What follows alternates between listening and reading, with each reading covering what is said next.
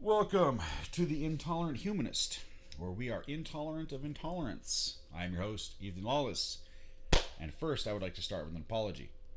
I haven't had any content up in a few weeks. I did try to post something a while ago, but for whatever reason, my very shitty computer stopped recording at 5 minutes, and so I ended up taking that down. Today, we're going to discuss the Texas abortion ban. I realize people are probably tired of hearing it, but there's a lot that needs to be discussed about this. To get started, I want it known that Christian conservatives, evangelicals, Republicans, pro-lifers in general never offer up real solutions. They don't. This Texas ban is not a real solution. It's a goddamn joke. And it's not a funny one. It's a tragic joke. We know that there are ways to mitigate certain things, right? Banning it never works. Prohibition didn't work. Education and moderation did work. It lowered the death rates for alcohol poisoning and shit like that caused prohibition in the first place.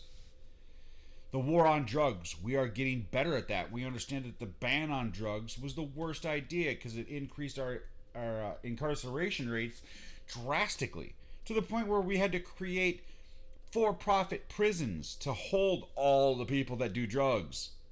Fucking problem. So banning drugs didn't work. To the Democrats and liberals, banning guns will not stop gun violence or gun-related deaths. So just a ban on something never works. We banned murder and people still murder. There are ways to mitigate these things, right? Education is the number one way that we can lessen the number of unwanted teen pregnancies or STDs or STIs and subsequent abortions.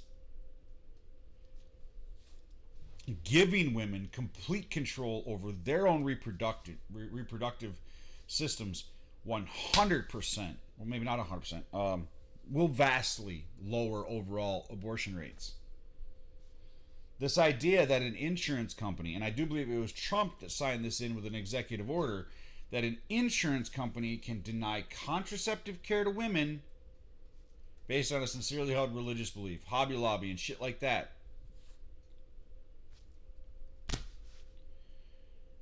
When women have control over their own reproductive systems through contraceptive care and education, we lower the abortion rates. There's answers to this problem that evangelical Christians, Republicans, and these people just don't even want to look at. Because, and I'll get to this later, they want a theocracy. But I'll come back to that. We can talk about abstinence-only sex ed. I pulled up a website, an article, and this is a very well-worded, multiple links and studies. This is like probably one of the best articles I have ever seen for this. This is so well read. This is from the U.S. National Library of Medicine, National Institutes of Health. And I will include the link in the show notes for this episode so you guys can go and read it for yourself.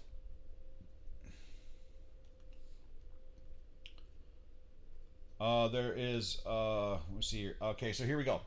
One portion of this article, and I quote the title, Professional Consensus Statements and Position Papers. Okay, quote, mainstream medical professional organizations, including the American College of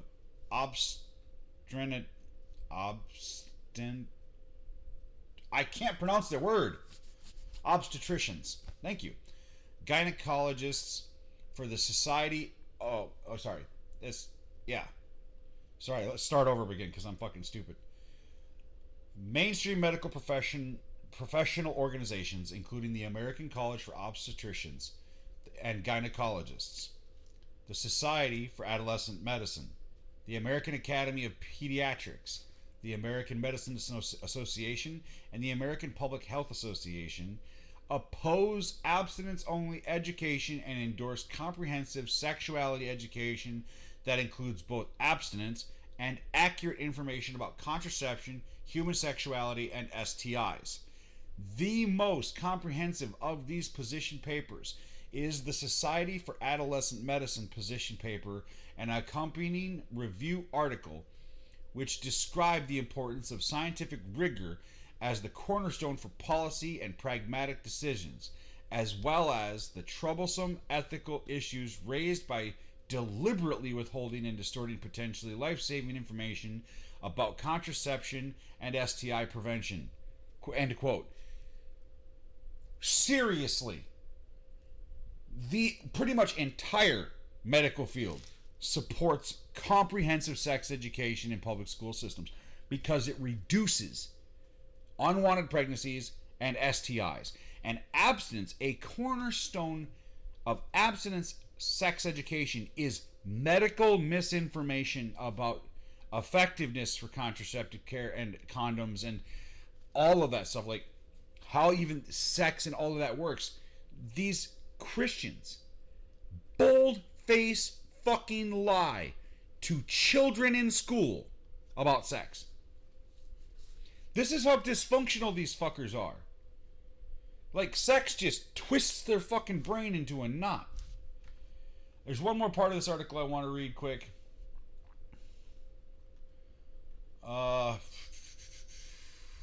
Again, I will link this article in the show notes of this episode so you can go and read it for yourself. All right. Conclusion to this article. Federal support of abstinence-only education as an approach to improve adolescent sexual health is deeply troubling because of medical inaccuracies, programs that are not effective and may harm adolescents, and the unethical practice of withholding and distorting health information. We encourage all healthcare providers involved in reproductive health to advocate for medically accurate, comprehensive sexuality education for adolescents in their professional organizations, including local healthcare systems, schools, and communities. Professionals in the field of obstetrics, and gynecology are well positioned to reframe the moral debate so that providing comprehensive, effective, and accurate reproductive health information to adolescents is the right choice. Look, I understand the argument against abortion. I get it. But it's still absolutely a woman's choice. I would like to see abortion rates completely disappear. I would like to see abortion become an unnecessary medical God damn it, my brain just doesn't work half the time. An unnecessary medical fuck. You know what I'm trying to say. I'm sorry. But that's not the reality we live in right now. And someday in the future, it may very well be. But not without proper education, not without proper medical care. Women need to be educated. Men need to be educated. And there needs to be a rational approach to this problem. Because the religious approach is 100% emotionally driven. There's no common sense in it, no common decency or respect for people's anonymity, or not anonymity, self. It's just, well, I feel this way about it, and you should too, and if you don't, well, we're just gonna fuck you over and make a law. The American public isn't really, I don't know what it is about religion, but people in the American public do not pay attention to how religion behaves. Like, for whatever reason, religion gets this fucking pass.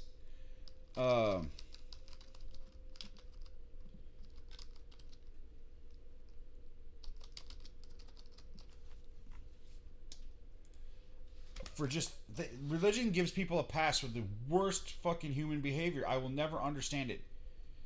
Do a cursory Google search. Religious parents let children die. Just cursory Google search. And I've got 515 million results. Now, I'm pretty sure that that's not really the number here, but we've got, and it's in every fucking country. The UK, the Washington Post, NPR, NBC Philadelphia, The Guardian, Mirror.uk, BuzzFeed News, Daily Mail, Independent, National Post. There are an outrageous number of evangelical, Christian, or religious parents that will let a child die due to medical neglect, because instead of taking them to the doctor, they will try to faith heal them. I will repeat myself. Nothing good comes from religion. Religion inspires ignorance through a lens of arrogance. It is sheer when Christopher Hitchens wrote the book God Is Not Great, How Religion Poisons Everything, he wasn't being facetious. He wasn't making a joke or a snappy headline to get attention. Religion absolutely poisons every aspect of our society. In prior videos and episodes of this podcast, I explained that purity culture is entirely to be blamed by Christianity. Purity culture. The idea that somebody's self-worth is dictated somehow by how many sexual partners they've had. Fuck off. That's like saying somebody's work ethic is dictated by how many tattoos they have, or what kind of hairstyle or hair color they have. A person's job ethic, work ethic, is not dictated by their appearance, and a person's personal worth is not dictated by how much sex they've had. Religion quite literally breeds stupidity. I'm not gonna sit here and pretend to be nice about it. I get it. There are a lot of atheist activists who advocate for sitting down rationally, having the nice conversation and being respectful, and for the most part, I will do that. If I'm having a conversation with somebody, I will make every effort to be respectful, to try to ask questions, to have the conversation, up to the point where they become intellectually dishonest. Up to the point where they find a contradiction, or where they contradict themselves. Up to the point where they make special pleading. Literally up to the point where I have to repeat myself. If I have to repeat myself in a conversation, being nice goes out the window. I am no longer there in that conversation to convince the person I'm talking to. Once they have engaged in one of those things, intellectual dishonesty, all that stuff, it is very obvious that they are not there to have an intellectual conversation. They're not there to, with an open mind, have an open dialogue. I'm just going to start being an asshole. That's just the way it is. Because I'm angry. And I'm angry. My anger is justified. I am justified in this anger. And there are a lot of people who are leaving their faith right now. They're deconstructing from their faith. And they understand that anger. Eventually they will get over it. But in the meantime, they've got me. I am the voice of their rage. I will happily sit here and say, fuck religion. I want everybody to be aware of this. I am on dialysis for kidney failure. I am mostly broke all the goddamn time. But if I woke up tomorrow morning with a genie in my fucking lap giving me only one wish, it would be to wipe religion off the face of this fucking planet. To negate religious influence over politics and public policy and education. We are a relatively young species. 200,000 years, give or take. Philosophical science is probably 1,500 years old. I don't really know. And modern science is like 100, 150 years old, if that. My cell phone is 40 years old. Literally. This shit came out in the very late 70s, early 80s. It was the size of a fucking car battery.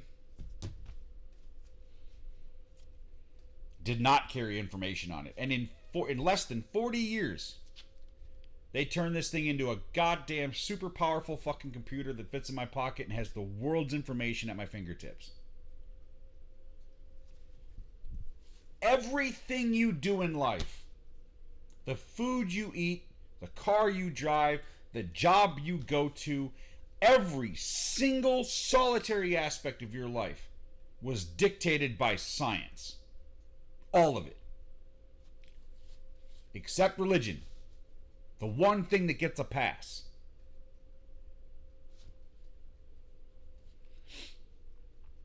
I don't understand that. It's just nonsense to me. But back to this article, these articles I was looking at.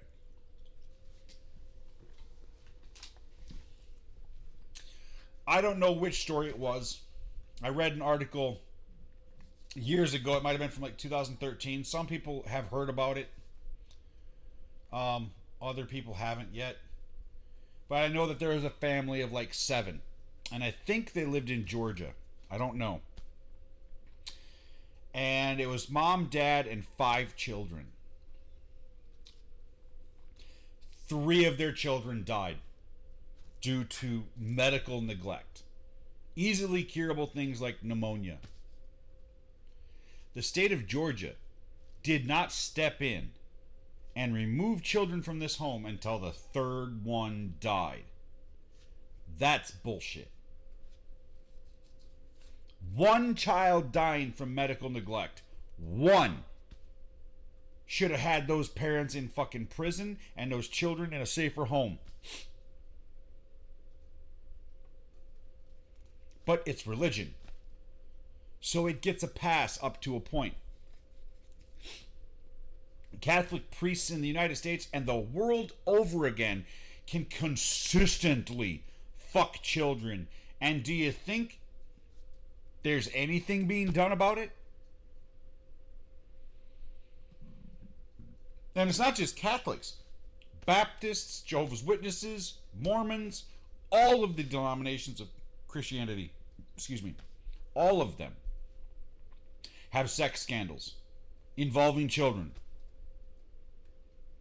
And nobody does a fucking thing about it. Christians are too busy bitching about transgender people going into a bathroom of their choice because they're scared a cisgender straight guy is going to dress like a woman and go sexually assault women in the bathroom. Which,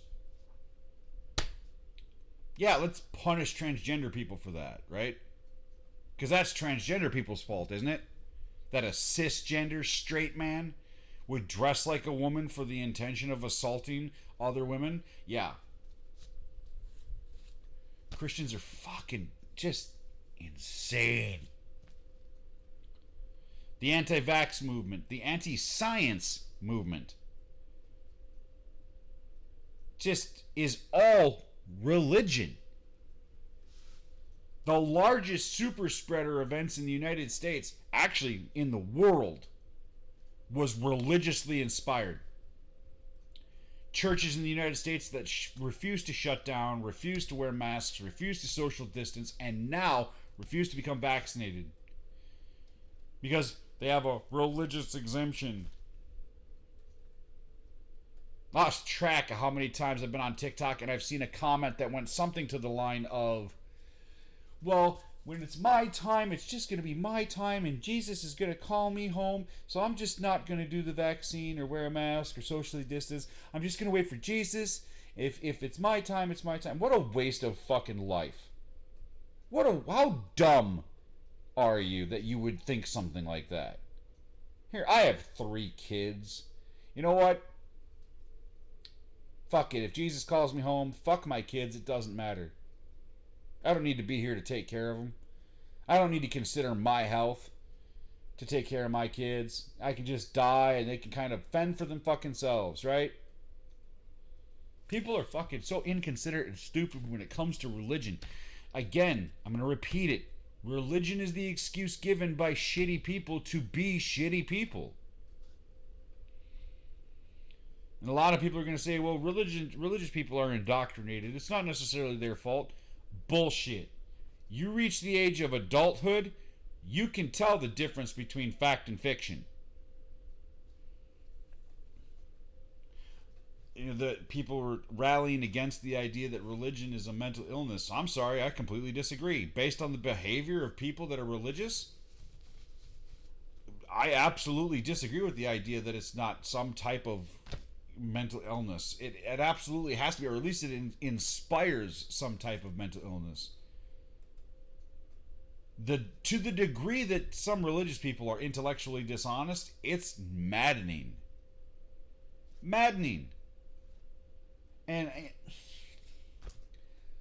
look, here we're gonna look this up really quick. I want to show this to you guys. We're gonna talk about this really quick too. And I will include this in the show notes as well.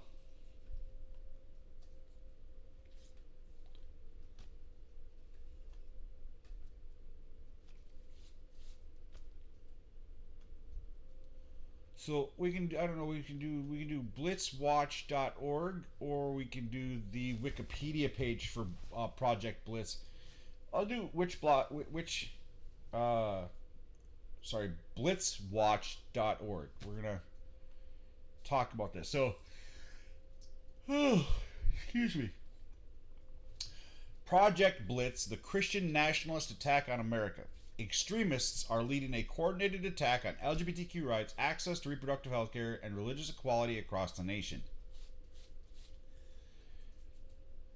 Project Blitz is a coordinated effort by Christian nationalists to inject religion into public education, attack, blah, blah, blah, blah, blah, blah, blah.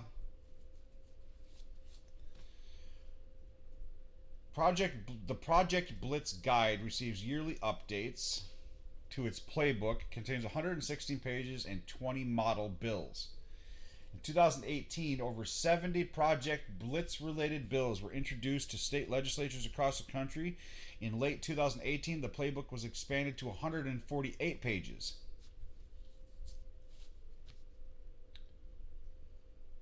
Uh, da, da, da.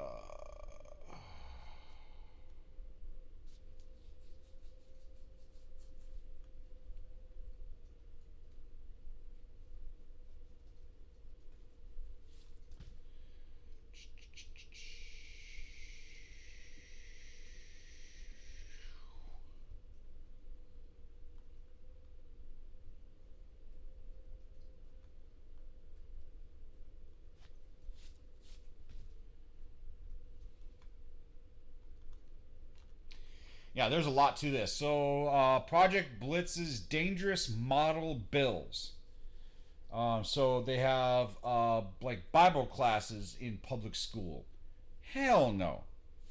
Hell to the no. It's your religion. Why do you have to shove it into other people? It should not be in public school, period.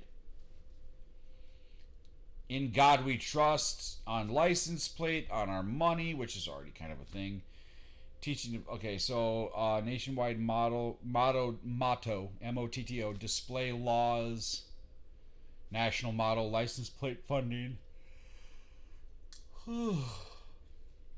Religious Freedom Day proclamations. Discrimination in foster care and adoption.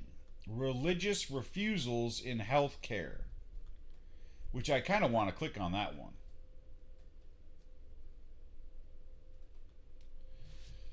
The extremist groups behind Project Blitz. Project Blitz Guide is a joint effort of the Congressional Prayer Caucus Foundation, Wall Builders, and the National League Foundation. The Project Blitz Guide first appeared on the CPCF's website in 2017, but has since gone underground. This Christian nationalist group organizes state and federal legislatures in so-called prayer caucuses. Rather than simply promoting prayer, legislators in the American Prayer Caucus Network push the discriminatory bills contained within the Project Blitz Guide. Currently, there are 33 state caucuses.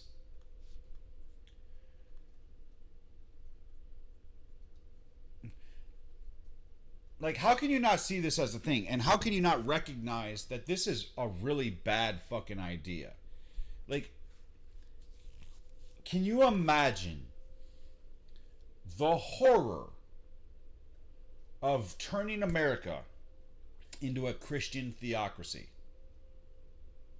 And for those Christians out there listening to this, oh, that'd be a wonderful idea. Yeah, until it's your denomination that's not in power.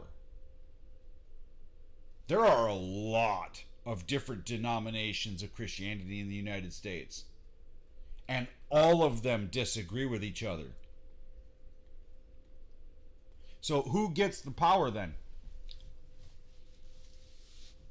First Baptist, Second Baptist, Catholicism? Who gets the power?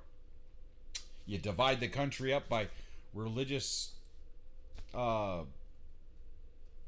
denomination? Is that what you're going to do? This is a horrible, horrible, horrible fucking idea. This will strip all rights and freedoms away, especially from gun owners.